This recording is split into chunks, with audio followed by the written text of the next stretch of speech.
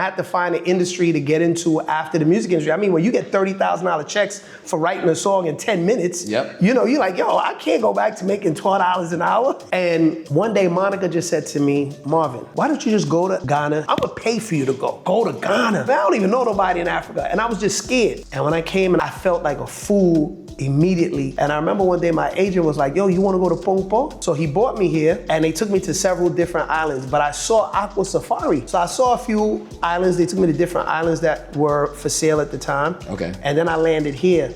And when I landed here, I'm meeting with the family, we discussing the land, and it was like the universe was talking to me saying, this is the one. And I negotiated with the family. I spent, you know, I would go and come. When I started construction, I hired many people from the local community, and then they were like, hey, Mr. Walker, look, we got some land, would you like it? I said, sure. And then that family was able to speak to me, yo, he pays on time, he does what he says he's gonna do, he's creating opportunities, and that led to me then now securing another 6 islands. So in this area alone, I have 7 islands. 7 islands. But you started what, $15,000? Less than $15,000. Less than $15,000. Yeah. So I had 3 things now. 1, knowledge, action, and the belief system. What's up, guys? Welcome back to my channel. My name is Joe Hataga from Authentic African. I spent 8 years of my life traveling around Africa and investing in certain parts of West Africa. I am back in Ghana right now, and we're interviewing Marvin, and we're gonna tell his story, so stay tuned.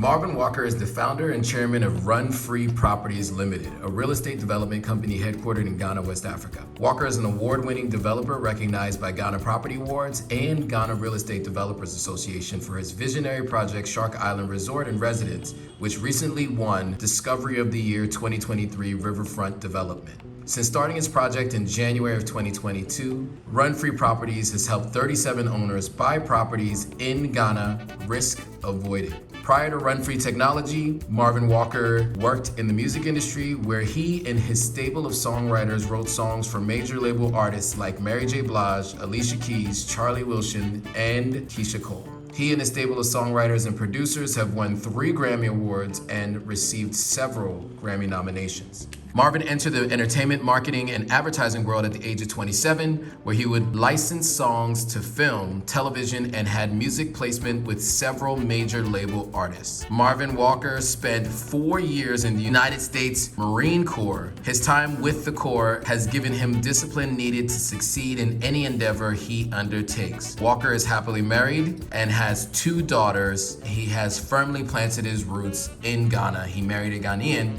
and he's happy to call Ghana home. All right, so we're here with Marvin.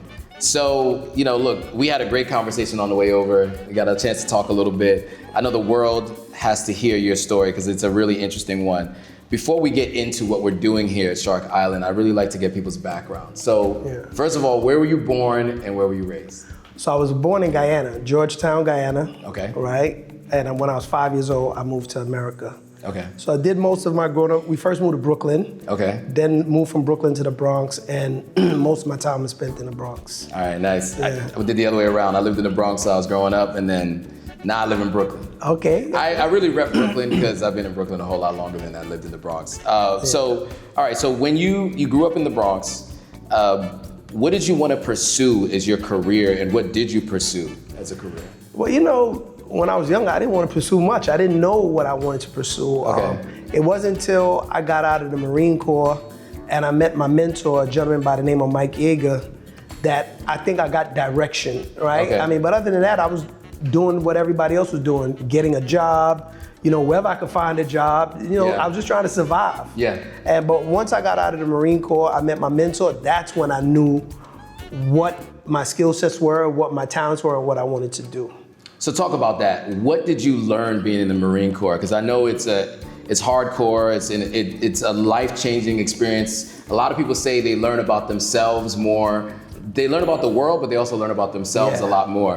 What did you learn from that? How did that give you direction coming out of the Marine Corps? So from the Marine Corps, the biggest thing I got was discipline in an undisciplined body, you know? And I loved it. It's the best experience I had in my life. I tell everybody it's the hardest thing I ever done. Sure. But it was up until that point. Living in Ghana is now the hardest thing I've ever done. But I love it. Yeah. But the Marine Corps, you know, I learned leadership skills. You know, when I was in the Marine Corps, I never knew I had it. I knew people always looked up to me, you know, but the Marine Corps really helped me hone my leadership skills because they identified it, my drill instructors first. I used to be the leader of my platoon. And fumbled that opportunity because I was undisciplined. And having these three muscular, disciplined men sitting me down and saying, Marvin, do you know why we made you the guide? And explaining to me what they saw in me, and then seeing the disappointment that I gave them made me never want to make that mistake again. And you know, things just came into perspective after that. So that's what I got from the Marine Corps, and it's been one of the best things I've ever done in my life. How long were you in the Marine Corps? Only did 4 years. Okay, only did 4 years? 4 years is still a long time. Listen, I'm shocked I made it through boot camp. Well, first of all, thank you for your service too. It's an important thing to thank people for their service. If you ever meet somebody who's served our country, make sure you thank them. That's right. Absolutely. All right, so you got out of the Marine Corps, you had a little bit more of an idea of your leadership skills, discipline. What did you do immediately following the Marine Corps? So immediately following the Marine Corps, I ran into my mentor, Mike. He gave me this book called The Art of Exceptional Living by Jim Rohn. And I felt like Jim Rohn was talking directly to me when I listened to that book. And one of the things that he mentioned that his mentor, Earl Shelf, taught him was that he needed a library.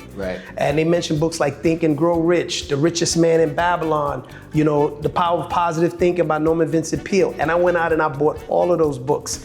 But the book that really made me take action was Robert Kiyosaki's Retire Young, Retire Rich. And I remember there he said that him and his wife, Kim, and two of their friends, his friend and his wife, just reached a point, they were like, look, we just gonna quit our jobs and pursue our dream. And me and my naivete, I said, yeah, I'm quitting my job. I quit my job I was driving concrete trucks at the time. And I quit that job, moved from Colorado, moved back to DMV area where I was from. And I met this young lady by the name of Guyana that was a singer. And I was a songwriter, you know, was rapping in my younger days before I joined the Marine Corps. And we started writing. And when I met her, she was an artist, but she wasn't telling people she was an artist because she was short, she was overweight, but she was extremely talented. She went to Duke Ellington School of Performing Arts with where Dave Chappelle went. I mean, this young lady performed with Patti LaBelle, Denzel Washington. She had accomplished so much, but people had told her because she was fat, she couldn't be a singer. So she was walking around defeated, wasn't even admitting she sung. And when she told me what happened, I said, you do know you can lose weight. Nobody told you that's an option if you think you're overweight. And I ended up training her, and I got back into the music industry because I had a single before I joined the Marine Corps. Did you? They put it out, and because I ran to the Marine Corps, I had some things going on in my life. I couldn't pursue the single, So I just had the passion for the music industry. So we started a record company called Elise Entertainment, where I produced an album for her.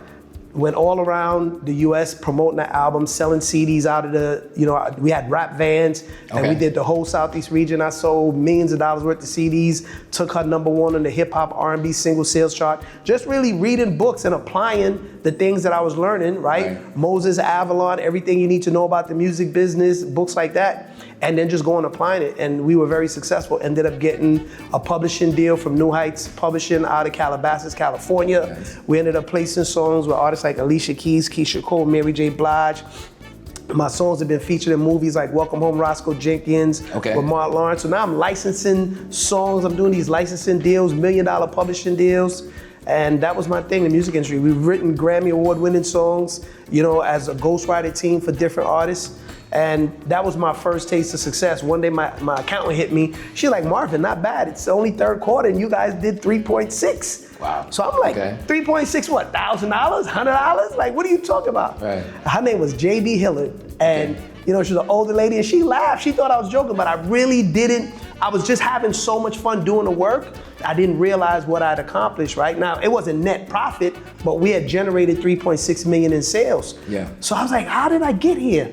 So I said, oh yeah, I met Mike. Mike gave me that book. I picked up the phone, bro. I called Mike. At this point, I hadn't spoken to him in like 2 years. And I said, yo, what did you see in me that my family, my brother, my mother, people who knew me didn't see, but you see me and you wrote be great on the back of this book. How you knew I had greatness, and these people knew me from the time I was a little lad, and they ain't see it. And he was like, Marvin, I just saw a young man that needed some better ideas. And when I saw that educating yourself, applying yourself, and doing a little bit every day, putting one foot in front of the other could make you successful, I just stuck with those principles, and my appetite for learning just became more. And I made studying successful people a habit. Nice.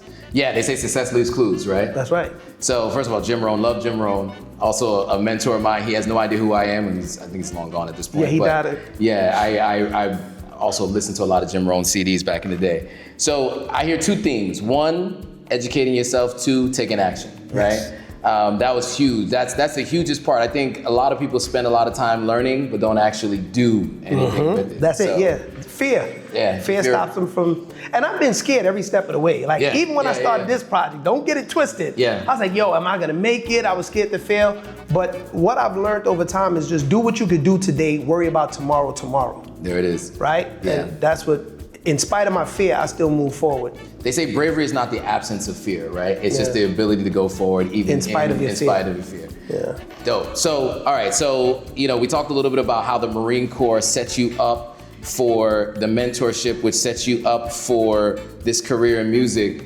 Now, you start the songwriting business, you do 3.6 million in whatever time that you did. How did that continue, and what got you from there all the way to moving to Ghana eventually? So after the music in 2008, 2009, the music industry just the real estate market, everything crashed. We had an economic uproar in America. People were struggling, and I had to find an industry to get into after the music industry. I mean, when you get $30,000 checks for writing a song in 10 minutes, you're like, yo, I can't go back to making $12 an hour. Understood. I can understand that. So I was reading this book called The Millionaire Mind by Thomas Stanley and William Danko, right? And I was like, all right, what I love about that book is they tell you everything that millionaires do, down to how much they spend on a watch, what type of businesses they invest in, and all that. And it made it clear for me. And I remember watching it, and they mentioned logistics, right? And I was like, yo, I could do that. And what I loved about, the logistics business doing deliveries is that I could now learn while I'm earning. So I'd always be riding and listening to an audio book, right? And so I remember I used to deliver like TVs, couches, and I was a one-man show. And then one time I delivered a hip ball joint to somebody who's getting a hip replacement. And this thing was in a box like this. I was delivering it for this company called Stryker.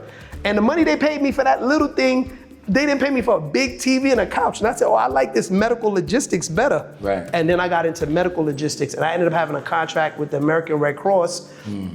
And I was making so much money with them. I was using my military training. I was hiring drivers. I was providing them with vehicles, so I had all these contracts that I was making passive income from. Some $1,000 a week, some, $500 a week, but I ended up having like 20, 30 contracts, right? Wow, okay. And I was helping so many people, I ended up creating an app. And what happened was the guy that gave me the contract, I ended up buying a house on a golf course, and this white boy, the algorithm on Facebook had changed. And you remember at one point, Facebook was just like, you might know this person. Right, yeah. People you might know. And dude clicked on my picture and saw that I owned a house on a golf course. I had my daughter in front of the house, and he knew the area that I was living in. And once he saw that, he started pulling all my contracts. And I was like, so he called me like, yo, Marvin, that's your house on such and such area? I said, yeah.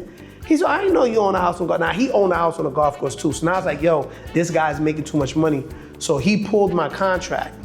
And I ended up selling that house and creating a platform called Dayrunner. And I ended up getting a contract with Amazon. I onboarded all these providers, doing exactly what I was doing manually. Now I had the tech that was doing it, and it was seamless. And I was signing $12 million contracts, no problem. Onboarding these contractors, and then I signed a contract with Amazon. And, Amazon saw the platform. They was giving me more contracts. I was in like 10 states with them. And then, a bunch of my hating contractors would call Amazon directly like, yo, does Marvin and Dayrunner have a contract? Can I get it? And was like, giving the awesome sauce to Amazon. And then they just looked at my shit, replicated it. And next thing I know, July 18th of 2017, they launched the exact replica. All my contractors left me and went to Amazon. So they could be independent contractors with Amazon. Yeah. and not through me. You know, you can't let the brother be making all the money. You know what I'm saying? It has to go straight to Jeff Bezos. Yeah. Like he needed more money. Exactly. You know what I'm saying? So that's why I did my documentary, $1 Trillion Thief, like telling the story. But nobody cared because it was a little old me.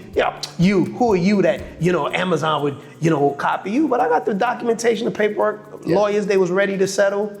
But, and that's how I ended up in Africa, But after the music industry, I went into medical logistics, did well there again. Right. And then from there, came to Ghana, doing well there. Absolutely. So I tell my people, like, look, I don't fail at anything that I do because only the things that I want to do, I go into because I know what successful people do. Right. Unfortunately, you have a lot of people that they take advice from the wrong people. Mm-hmm. And so I study successful people, what they do, and you said it earlier, success leaves clues, or as I like to say, it leaves footprints, and I follow along in those footprints. There it is. So I have no doubt on whether or not I'm gonna be successful because the people that I study, I'm following in their footsteps. Yeah, that's awesome.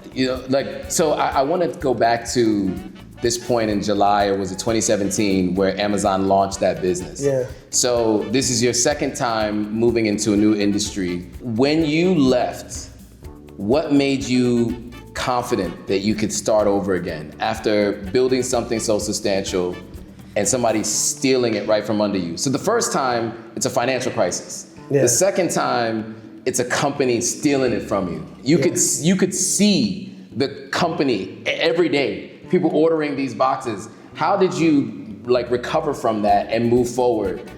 Man, it was difficult because, when you accomplish something great, they had interviewed me. I was getting the cover of Black Enterprise magazine. They pulled me off of that when this thing went public, But it was the people who I had helped that ended up helping me. There was a young lady by the name of Monica Chapman.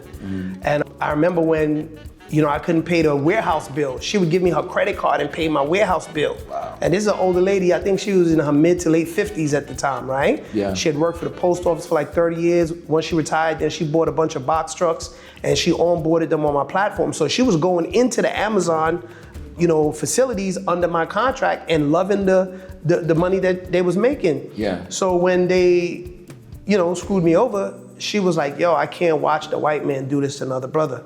So at the time I was trying to bounce back. I had an operations manager I hired from Atlanta. He lived in Alpharetta. His name was Barry. And Barry was like, yo, Marv, man, bump this, man. Don't worry about fighting them. You can't beat Goliath. Right. Go to Ghana. And I was like, man, I ain't going to no Ghana, man. I don't even know nobody in Africa. And I was just scared. Right. Right? Because all of the things that we've been conditioned to think about Africa was leading my thought-making process. And this guy just kept bringing it up. And one day Monica just said to me, Marvin, why don't you just go to Ghana, see what this guy's talking about? I'm gonna pay for you to go. Yep. She said, if nothing happens, At least you could say, yo, I got a trip to Africa. Right? And so Monica, she bought my ticket. I came out to Ghana.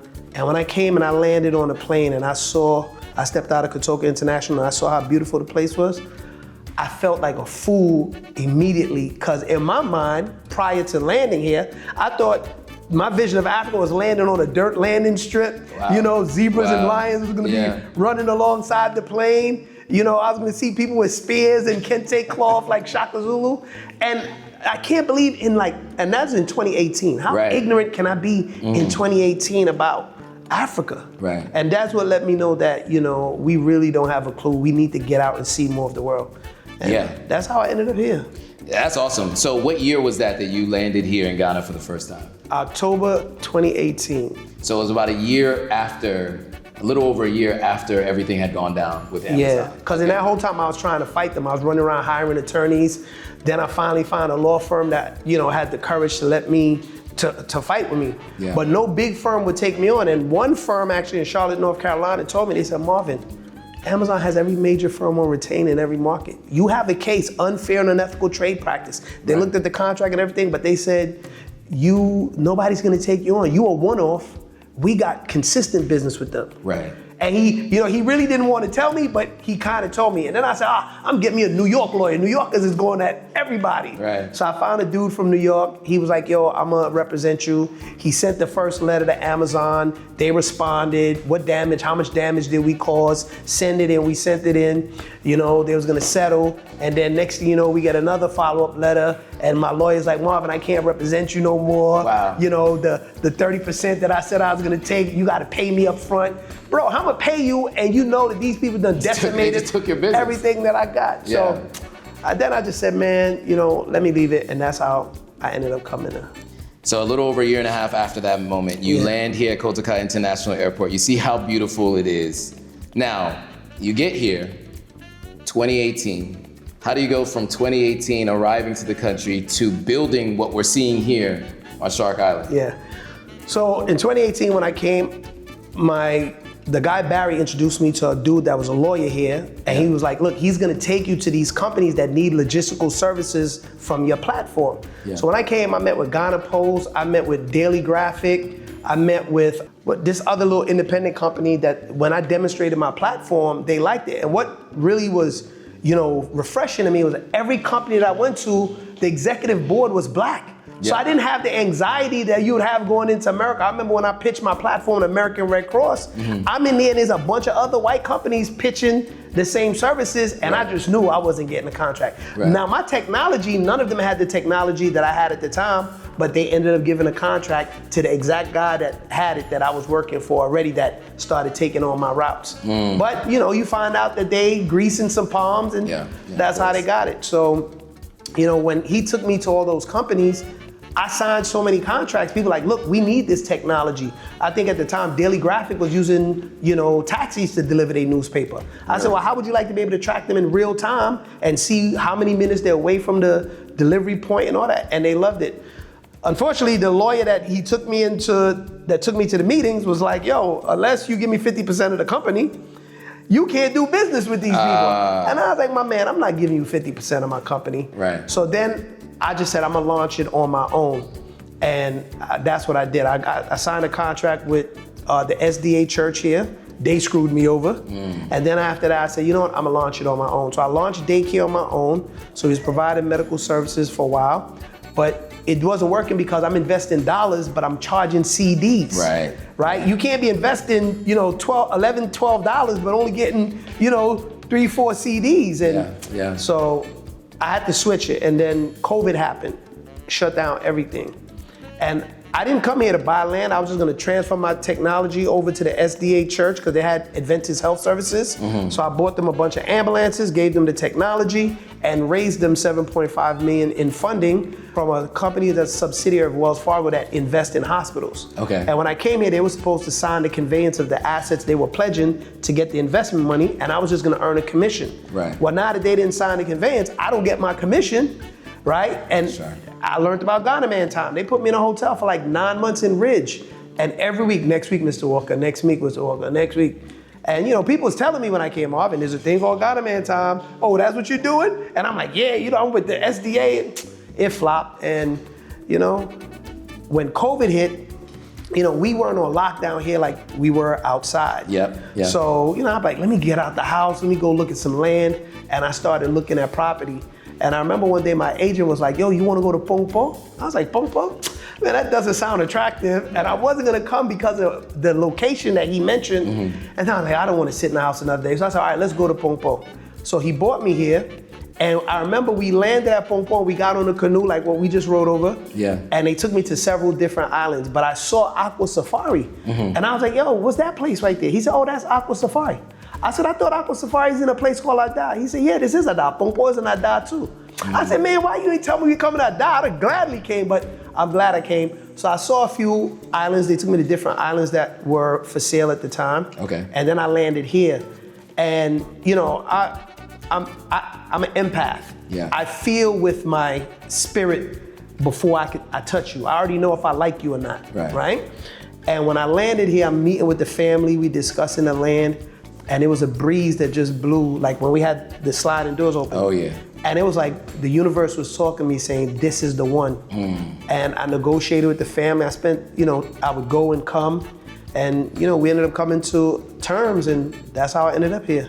Nice. So you bought the land from a family. So the family owned this island and other islands too? No, so the family, this land I bought from 3 families. Okay. One family represented all 3 families, but one family may have owned 4 plots. Another family owned 6 plots. Another family owned 8, right? So this is a total of 16 plots. Okay. No, I think we added a little bit more, but that's what it was when we first started. So those 3 families, one family represented them.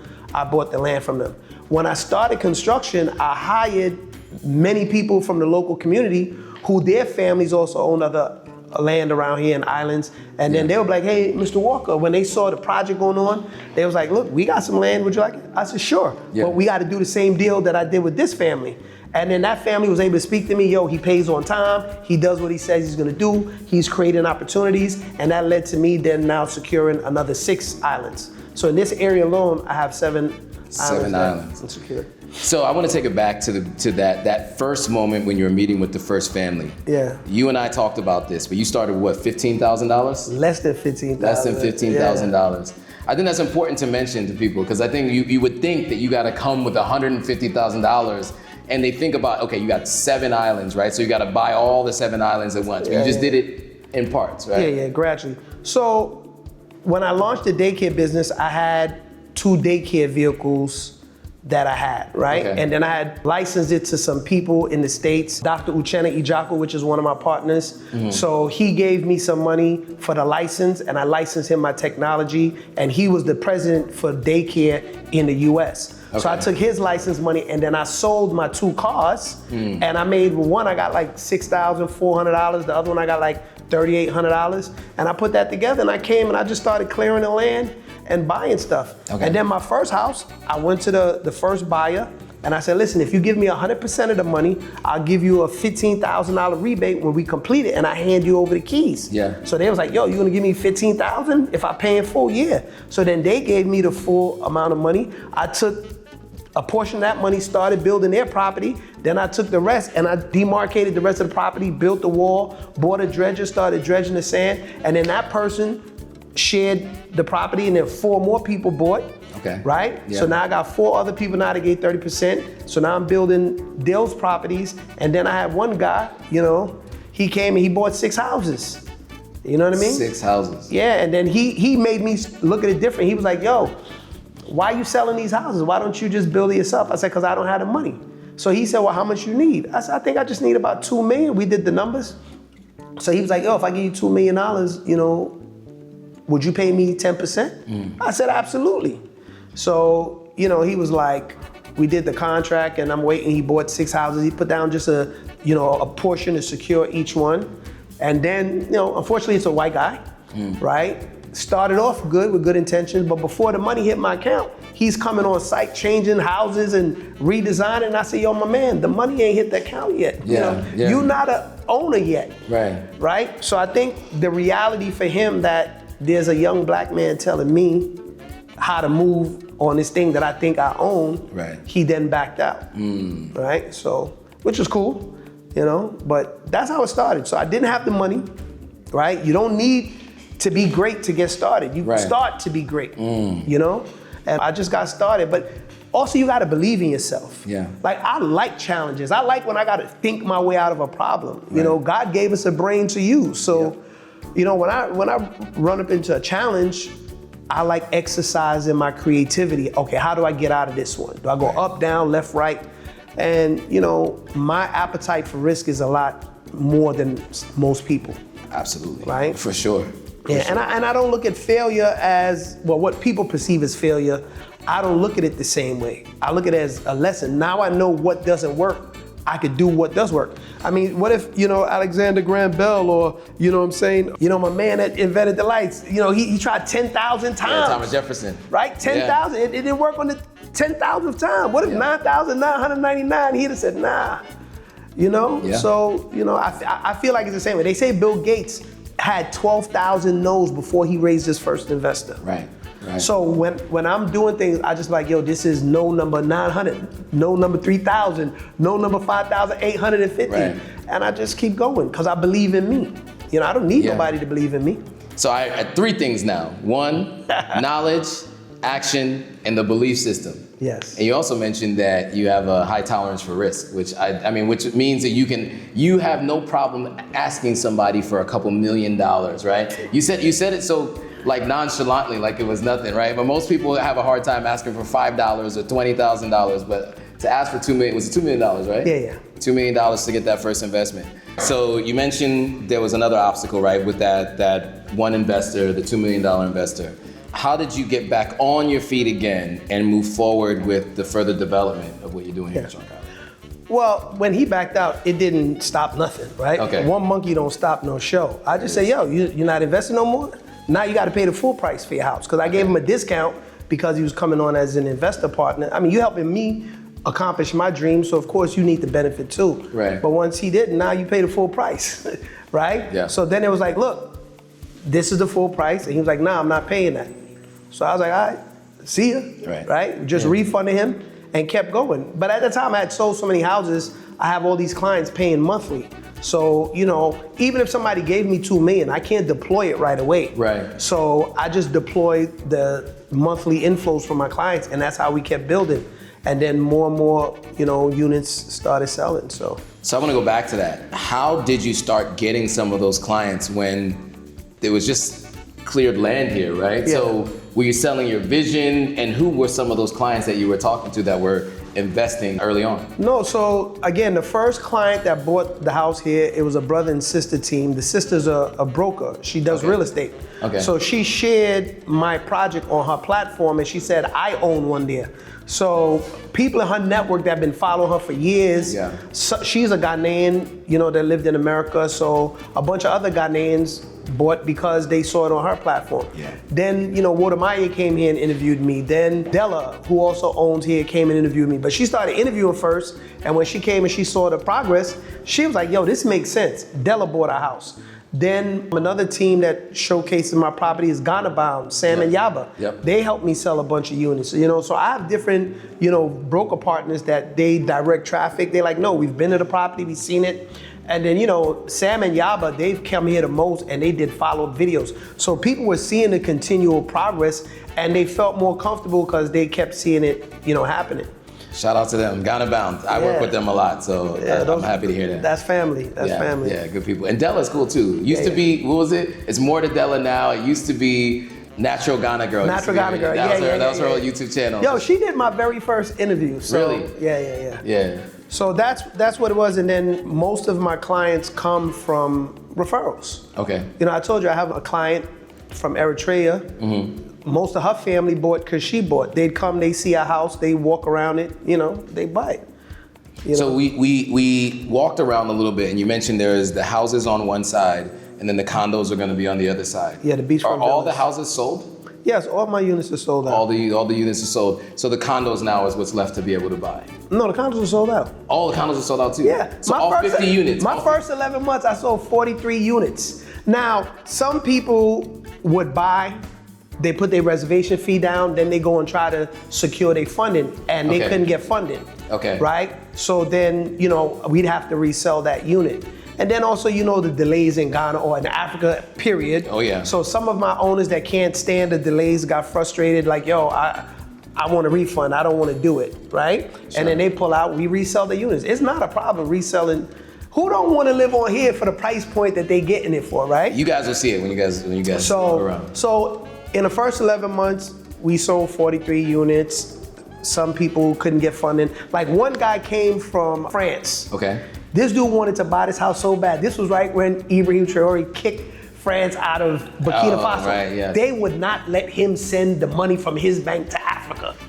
The bank was telling him, no, you can't send the money. Really? I was like, y'all gotta accept crypto or something. Right. Because they wouldn't let him take his money. So he was asking me all these different ways. So clients like that, I've lost several clients who just couldn't get funding from outside the US. But now, the guys that I told you that funded my Mozambique deal to the tune of $135 million, they gave me a budget and said, listen, Marvin, we'll pay the money for your clients. We'll use our money to build their house. Right. They just deposit their money in a account at the bank, and the bank give us a bank guarantee that the money's there. We'll give you the money to build their house out, and once the house is finished, that's when we'll take the money from the bank, but we'll use our money. But they do have to put it in a safekeeping account so that they don't spend it. And we know that once it's there. So once my partner's bank officer verifies with their bank that the money's there in a secured account, that it won't be spent, we could build the house for them. So that's what we're doing with our future projects, and that's what I did with my Mozambique project. So I want to talk about that, because we were supposed to meet up in May, but you were held up in Mozambique for a little while. So let's talk that through, because I saw a power of attorney letter, and I saw 4 billion USD on the documents. I saw the documents myself. Well, let's talk through how you got to that deal and what is that for? Yeah, so what happened was the ambassador, so everybody's seeing what Ghana's doing with helping the diaspora repatriate ever since 2019. So the Mozambican government, they set up an embassy here in Ghana. And their ambassador saw me building this property on the island. And Mozambique sits on the Indian Ocean. I mean, it's beautiful, glassy blue waters. So they reached out to me and said, yo, we see what you're doing. We've never seen anybody building a community on the island. Would you be interested in coming to Mozambique? We're opening up bilateral trade with Ghana and Mozambique. And we'd give you an island to develop, since we see you know how to develop an island. Would you be interested? I said, I sure would. I'd never been to Mozambique. So I flew out there and I saw, some of the areas in Mozambique, Belém, Ponta Douro, Inhaban, Inyaka. And I was like, wow, this place is beautiful. And I don't hear a lot of people talking about it. So while I was there was also showing me some government projects that were available. And the company that gave me this credit line, they have a policy that if they get a bank guarantee, they could facilitate a project. So a company was looking for a developer to do government affordable housing for government officials and police, doctors, nurses, and so forth. And because I didn't have the money, but this company had just approached me. So I asked them, I said, look, if I could raise you the money, would you award me the project? So they awarded me the project, and I reached out to that company and said, listen, here go this project that I've been awarded. I don't have the capacity to build it. It's right up your alley. Would you give me 3% commission if I assign the project to you? And they said yes. I had to send the documentation first. They had to vet it. And I put those parties together. And then they said they wanted to start the first phase, which was $135 million. And then my partners transferred the money to an account in Mozambique, a custodial account that run-free properties could develop it. And so now we're just waiting for the BCI Bank to issue the bank guarantee against their money with their profit sitting in that account, and then we're gonna start that project. That's dope. And so run-free properties, is that, whose business is run-free properties? That's yours. Okay, so you're basically facilitating this transaction between these two parties, getting a commission, and they're doing the building? Well, no, it's my contract. It's your contract. I'm awarding it to them because they have the financial wherewithal. They have the finances to do it. And then part of the contract was that I had to be the general contractor. So I'm working with them, since they're out of California. I'm gonna be hiring the contractors on ground with the company that awarded me the contract. But they make the lion's share of the profit because they're putting up their money. That makes sense. So that's what it is. So it's an investment for them. And it's obviously a responsible investment because they've seen what you've done here. And they're just replicating a similar model somewhere else. And they spoke to the government there. Like when I go there, I meet with the Minister of Works and Housing. The government had to do a background on me and on them, because once they put $135 million in the account, the government head snapped. Like, of course, there's a lot of money laundering and, illicit activities going on in Africa. So the ambassador had to call me like, Marvin, who's this company that gave you this money and where's it from? And I need to verify you because I got calls from the highest level of government. So the ambassador came and had to go write a letter on my behalf. I met with Mr. Walker. I've been to the project, verified my company registration documents that we're a legitimate business. And then they had to go through the same level of scrutiny in the US. They had to go to the embassy in Washington, D.C. They had to show their company's documents, where they get their funds from and all of that, because we had to get it stamped off from the embassy in the US. How long did all of that take from start to finish, from getting awarded the contract to actually doing all of the due diligence and being ready to get the process started? It's been about a year. It's been a year now, because I went there September 30th of last year. We're approaching September 30th now. And we're at the final stage with BCI. The bank has finally vetted them, their money, vetted me. So now it's just for them to make the deposit, and then we can start the project there. When do you plan to start? Well, you know, I bought 4 other resorts there in Mozambique, so I'm already living in Mozambique. Right. So I'll be starting as soon as BCI Bank issues the guarantee against their money. Yeah, that's huge. I mean, look, I read it, I saw it, all the you know, in Africa they stamp. They stamp all the documents. You see all the stamps. I saw all the stamps. No, listen, most people, they don't, talking about these numbers is not even real to them. Right. It wasn't real to me at one point. Sure. I remember when I first started my success journey, Robert Kiyosaki and Kim was like, you have to define how much money you wanted to make. And at that time I was like, yo, if I can make $100,000, yo, I'm good. Right. I made $100,000, gave away $100,000 100,000 times. You know what I'm saying? Yeah. And then now I'm like, whoa, but I had to over time expand what was possible for me. Yeah. And so now I look at those numbers, I'm on the phone with these guys. 2 of my other investors that just became investor partners, right? First year I struggled. Yeah. Now I got a bunch of people that come from my country. I got 2 partners from Guyana, but they live in Atlanta, right? One lives in the UK, one lives in Atlanta. I took them, they came here, they bought a bunch of Guyanese here. I gave them a tour. We sold 3 houses. Okay. Then they was like, yo, we see you be in Mozambique. I said, yeah, I got a resort there. You know, people think you in Africa, you scamming, you lying. Right. So I said, yo, when y'all wanna go? They said, let's go this week. I said, all right, buy your ticket, I got mine. We bought our tickets, we went there. We landed in Mozambique, I go to my resort, my staff is fixing us lunch. Boss, nice to see you back. They're like, yo, this guy's for real. Now they my investor partners. And I brought them to the meeting with these guys, right? Because we were there for a very short time, so I had to squeeze in as much. So while we're there, the guys is like, look, we need some money to build a model because we're doing an event. It's called FACIM in Mozambique. It's this big convention where all the businesses come there and they look at different opportunities. Okay. So the president of Mozambique wanted to interview us on national TV about the project. So they were asking me for money to do the mold of the community, what it's gonna look like, phase 1. And I called the guys in California, I put them on speaker, right? I said, look, they need some money to do the mock-up of the community and, you know, they want X amount of dollars. So, you know, I don't know, they think white ice is colder than our ice, right? So, which is okay. So I got this guy on the phone, they can clearly tell he's a Caucasian male. And he's like, Marvin, listen, we don't care if you want 1,000, 100,000, or $1 million. The money's there in the account, take it. But get us that bank guarantee first. And when those guys heard that I had a company that put that money in an account for me, that's when it was real for them. Yeah. And you know, these is guys that they help people raise, you know, millions of dollars for their real estate projects. But it kind of solidified me in their eyes, and it's cool, you know? Yeah. But unfortunately, people only see your exterior. They don't see what you know. They don't see your heart, how committed you are. Yeah. So unfortunately, we're judged by that, and we're at a disadvantage because of color of skin. But you know, I got some guys. Unfortunately, it took some white people to believe in me. But that's who changed my life. A white man. He saw greatness in me. Right. He pointed me. He's my best friend to this day.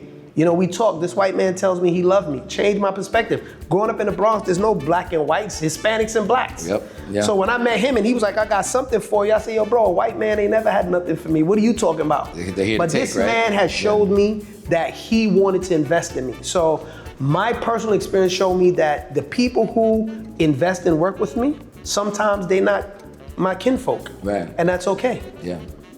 Yeah, I mean, that's a good point. And so, you know, I mean, we cover so many topics here. One of the things I want to go back to is life in Ghana, right? So, you know, along the way, you've had your ups and your downs, and we talk really mostly about what your life has been like from a professional level, right? Yeah. I also want to talk to you about a personal level, because people who are planning to move here, you know, many people come to the continent and they're always wondering what it could be like to date or to marry someone from the continent, specifically since we're in Ghana. And you've done it. I'd love to ask you about that. So first of all, how did you meet your now wife and when did you meet her? Oh, well, but you asked me that question, you are helping me realize the best things that happened in my life in Africa happened during COVID. Really? I met my wife during COVID. Okay. I was sitting in the house and one of my employees was like, yo, Mr. Walker, you really gotta get out. So she took me to this Kazumba class. So I went and I'm learning to dance Kazumba and Kazasa and all of that. And I saw my wife there and you know, she was looking good.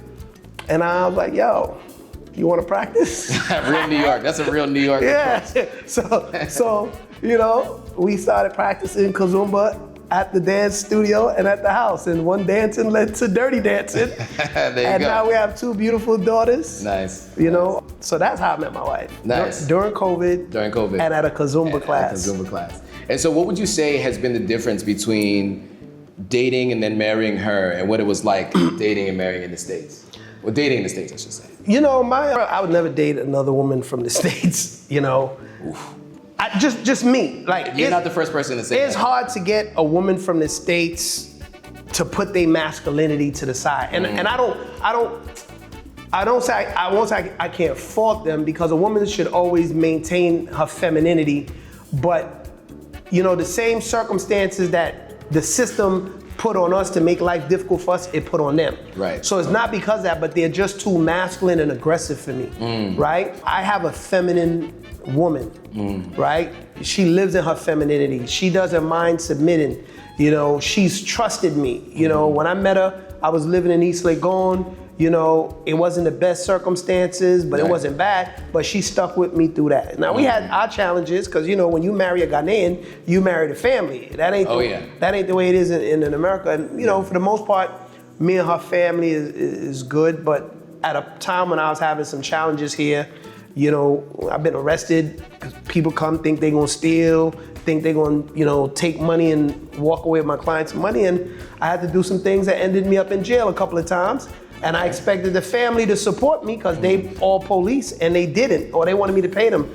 And you know, culturally, it was a breakdown for us. And I was like, yo, I'm not paying your family to help me. Like, I'm your husband, right? And I didn't get the support that I felt like I needed, and it created problems for us. I see. And you know, at a point she left, she took my kids, and you know, that was hard for me, because I got used to waking up and seeing my kids every day. And you know, and after some time apart, you know, we talked about it, realized we need to do what's best for the kids, and we were able to get back. And what I love about her is that she knows how to say I'm sorry. May put me in a position where when I'm wrong, it's easy for me to admit I'm wrong. Right. You know what I mean? So she makes me want to submit too. You know what I mean? Just because it's not two masculine energies going at each other. And I'm already an aggressive person. But you know, I mean, listen, sometimes when I leave, I go to cry, I come back, and my kids come running to me on the boat, and they're like, Daddy, it's the best feeling in the world. And you know, she don't keep my kids from me. You know, I have other kids in America that, you know, the mother keep them from me, you know? Or they talk slick, you know, you want peace and then they want war. And I'm not compromising my peace, not even with her. I told her, the minute you compromise my peace, I'm saying peace. You know, but that's what, you know, and we've been married now 3 years, you know, and I love it. I love the family life, man. You know? That's awesome, man. So I wanted to jump into that real quick, because I just think it's interesting to hear that story. I've dated on the continent, I've dated in the States. I will say it's a very different experience. That's all I'm gonna say. But so taking it back to, you know, starting this process and going through this business, I want people to hear from you, because you've been through so many ups and downs. What are some of the challenges that you see building and starting a business, or even a career here? Because it's not just a business, you like have a whole career of like contracting out on the continent. But what were some of the things that you run into, and what would you say people should be looking out for when they're coming here?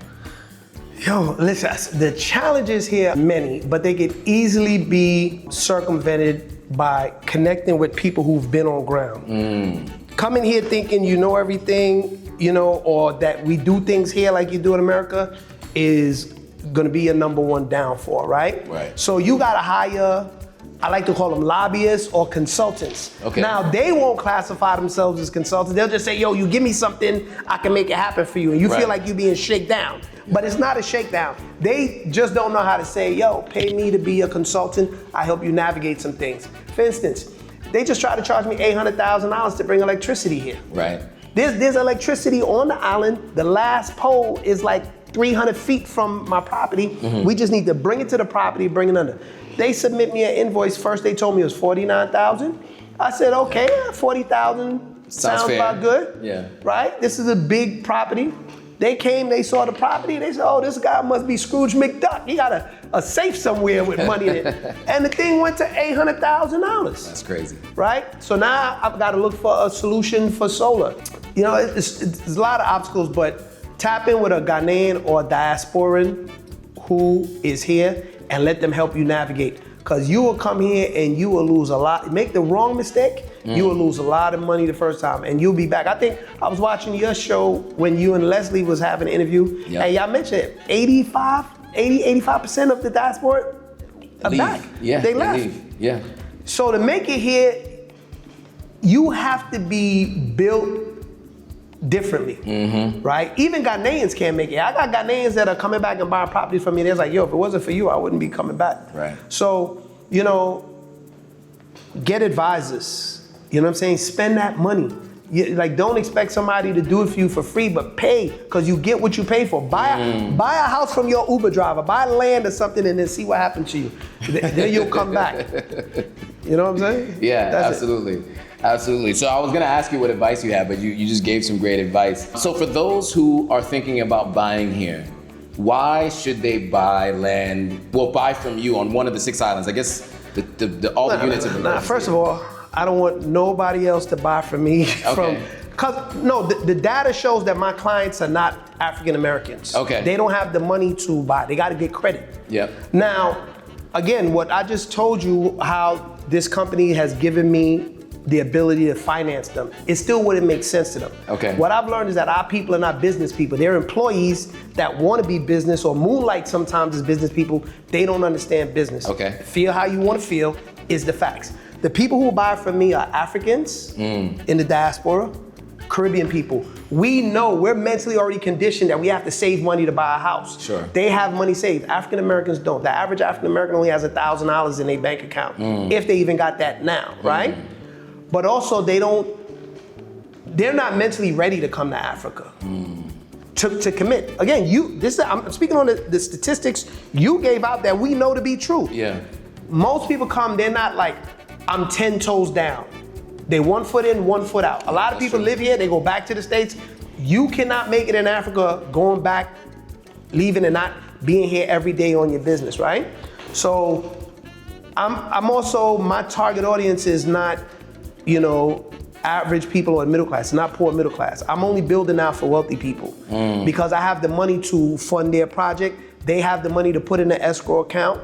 But for those who are serious, the very small, minute few that is willing to do it, it's worth it.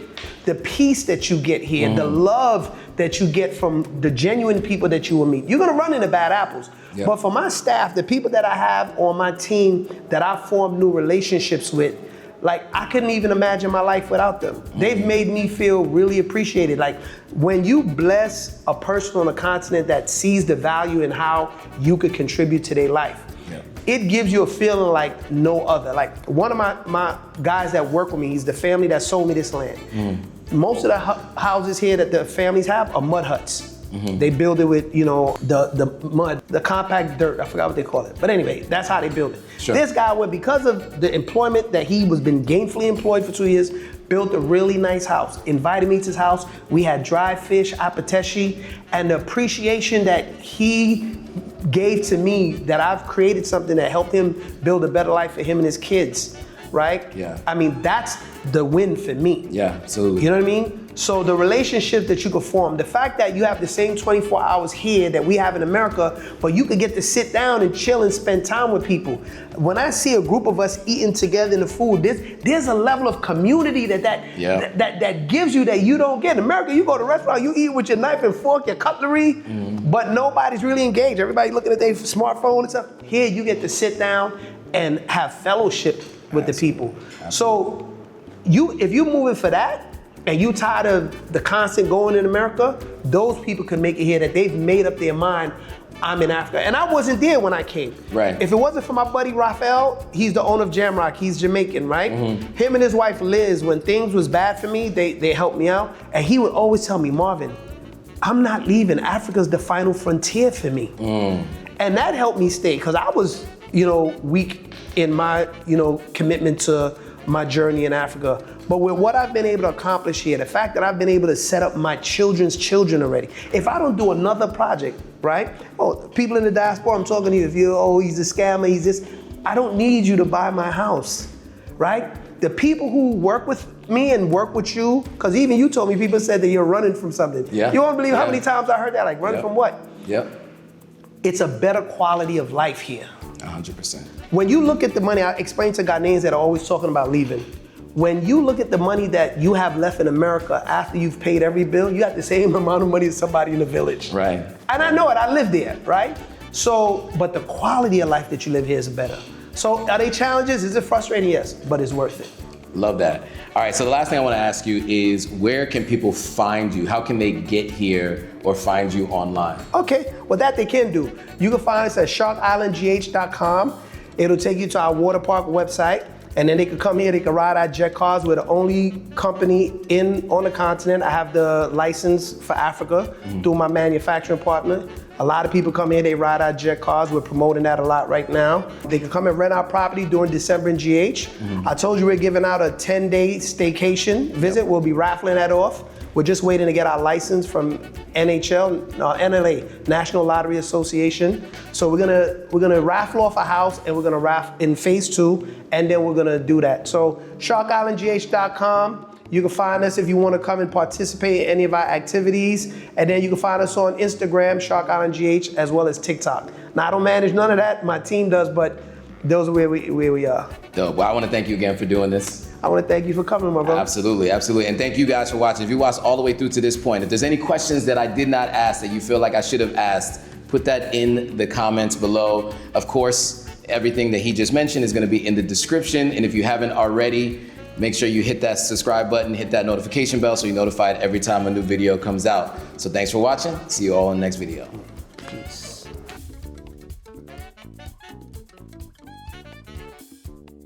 All right, guys, if you like this video, go ahead and hit that subscribe button, hit that notification bell, like, comment, and share it with your friends. All right, see you in the next video.